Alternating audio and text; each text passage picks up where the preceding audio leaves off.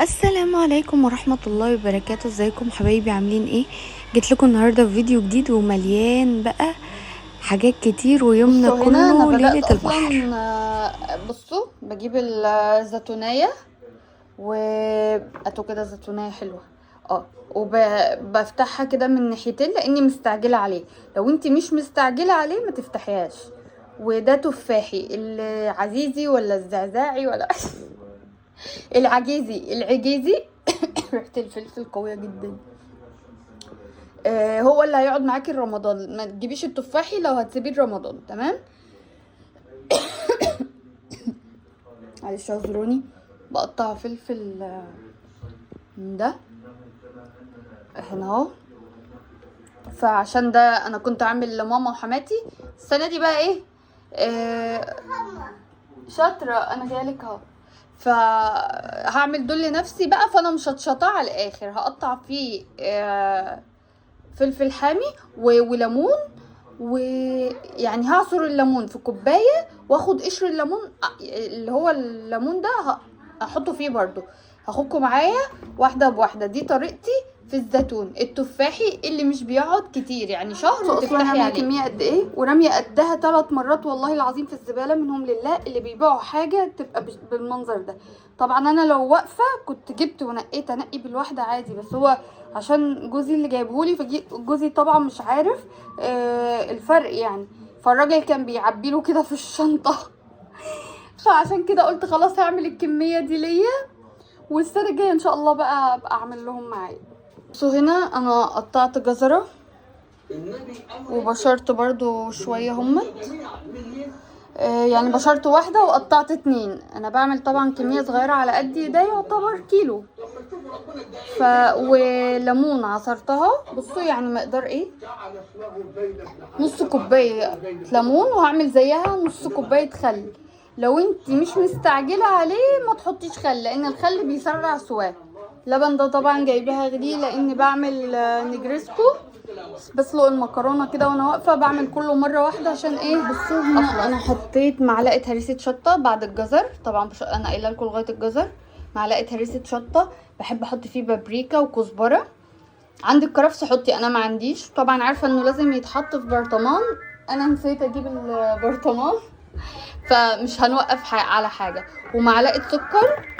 وانا بغلي لتر ميه، يعني انا ميه دي بغليها اهو برضو من تعقيم، وبسيبها تبرد. كل لتر ليه 4 معالق ملح هرميين. عشان تعرفي تظبطيها اظبطيها بقى، عايزه تزودي زودي عن كده. كل لتر 4 معالق هرميين ملح، تمام. ومعلقه سكر. وهحط ورق لورا على الوش وزيت عشان ده برضو بيحفظه. عايزه اقول لكم ريحته تتاكل اكل، والله العظيم هو ني كده ريحته رهيبه رهيبه رهيبه، ريحته مش طبيعيه. وزودت فلفل الوان.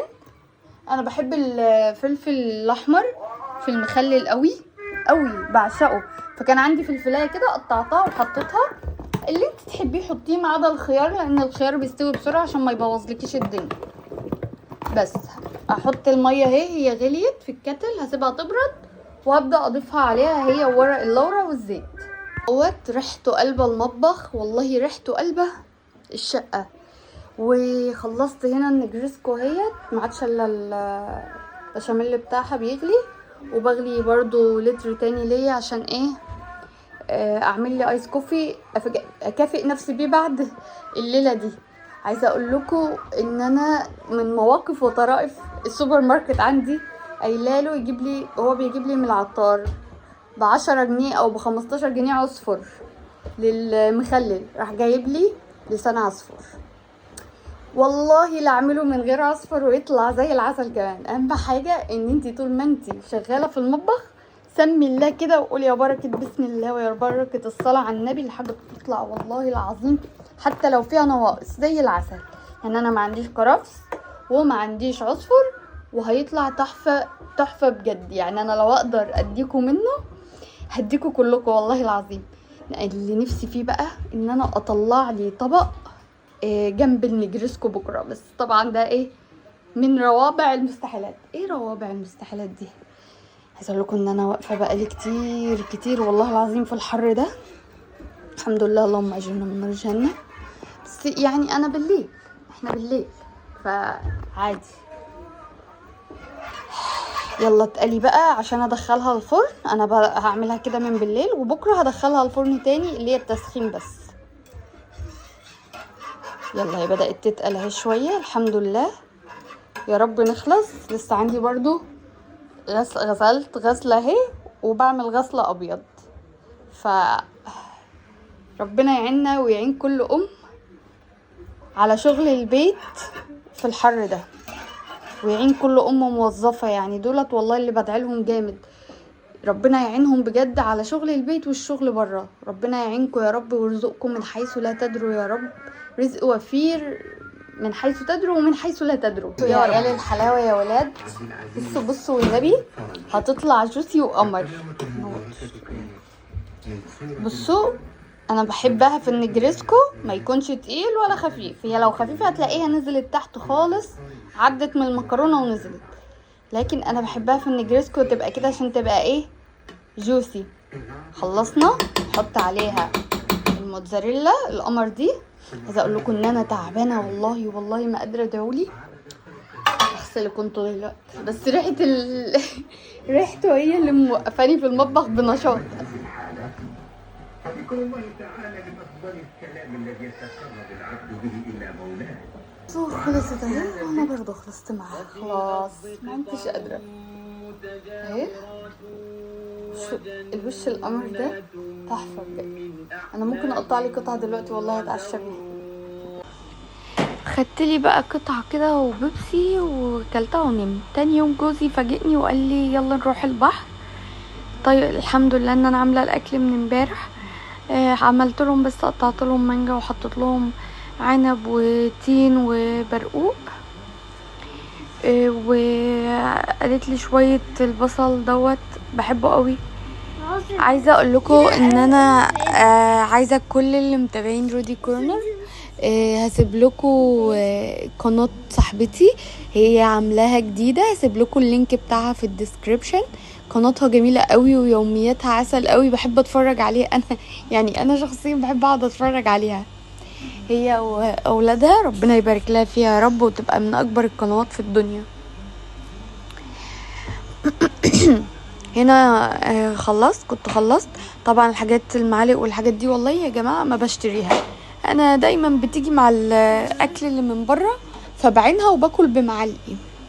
طلعت بقى الصينيه، طبعا انا مبيتها في التلاجة من بالليل، فطلعتها بقى اسخنها في الفرن. محبش تسخنها في الميكرويف بيبقى قلبها بارد، فسخنتها عشان تطلع كأنها جديدة. وقسمتها على الثلاث عواميد دول. وريهم المية بتاعك. مش قاعدة تقولي جوه ماما بصوا انا رايحة البحر، وبتعمل كأنها بتقدم فيديو.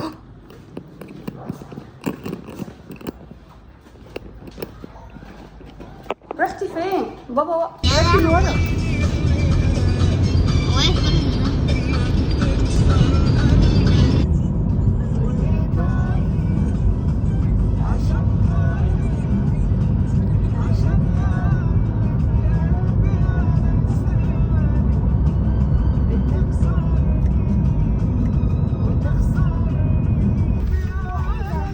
عشان لو زحمه مش هخش عشان شعر.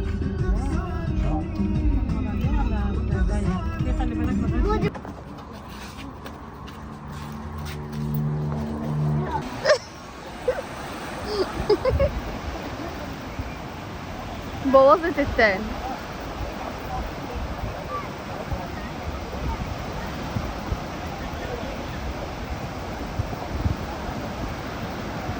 قطه مش عايز يبل الشورت.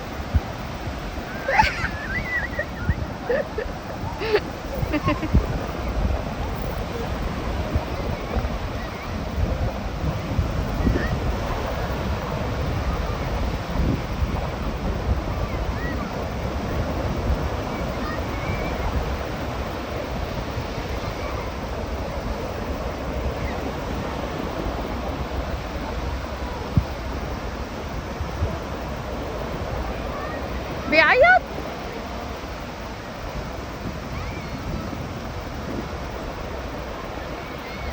لا ما بيعيط.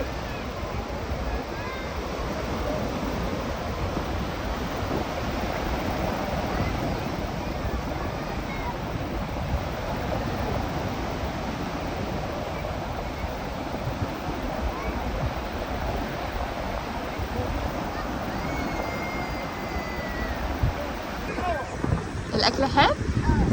كويس. قولي طعمه ايه؟ لا مش قولي طعمه ايه، حلو ولا وحش؟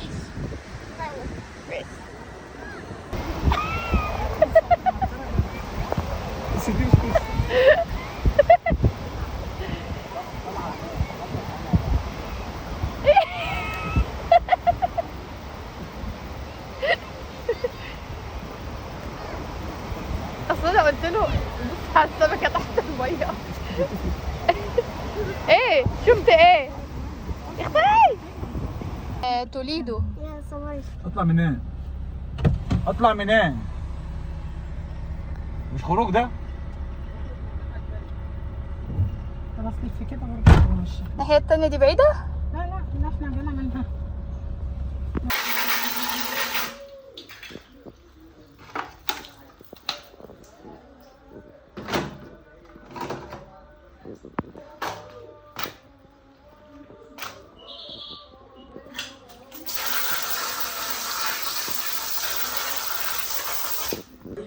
استحموا بقى وجبت لهم ايس كريم ياكلوه لغايه ما خلص. انا ايه هتاكليها؟ طيب قالت لي حطيها في التلاجة وبعد كده قالت لي اكلها. لا قطو بص ما تاكلش هنا، تعالى كل هنا على الترابيزه. نكمل حفله الحمام ديت يعني. الحمد لله. بصوا انا لسه لابسه المايو، والله العظيم انا لسه بالمايو. معرفش استحمى يعني اخد الدش بتاعي الا ما يكون البيت كله نظيف ما فيهوش رمله عشان اطلع على نظافه وهم يطلعوا على نظافه. هما بياخدوا دش كنت انا ظبطت بره الانتريك كنساه كله وشايله كل حاجه منه. بصوا ظبطته في ايه؟ تغسلي ايدك ماشي، خلي بالك تزحلقي. بصوا مفيهوش اي حاجه، كنساه ومسحاه قبل اي حاجه خالص بالمايو لسه. بس وريحته حلوه كده. وكان فيه هدوم شلتها مفيش غير بس دولت مطلعهم هكويهم لسه لجوزي مسافر بيهم بس بص احلى حاجه في الدنيا وحياه ربنا يا جماعه النظافه. خلصت كله. عايزه اقول لكم ان احنا عندنا طلعه تانية اخدين شاليه الاسبوع الجاي. خدكم معايا بقى فلوج كامل متكامل. هشارككم كل التفاصيل. احنا الناس اللي بتاخد الشاليه والبحور والاكشن كله جاي معانا اخر الصيف. خلاص بقى وصلنا بقى لاخر حاجه. اصلا احنا الوقت اتاخر، هناكل نتعشى وننيم القطاقيط. قطقوطه واحد. عايزه تقولي لهم حاجه؟ قولي. بص انا نزلت البحر، خيرت من البحر، بابا لعب معايا. راحت البحر ولعب في الرمله وبابا لعب معايا. وانت عايز تقول لهم حاجه؟ لا ماشي، ده ما بيقولش حاجه اصلا. بس نقعد نتفرج شويه كده وننام. اللي وصل لغايه هنا ما تنساش تصلي على النبي في الكومنتات ننام بكره ماشي. وهعمل لايك وسبسكرايب لو انت اول مره تشوفني، واشوفكم في فيديو جديد. مع السلامه. ياي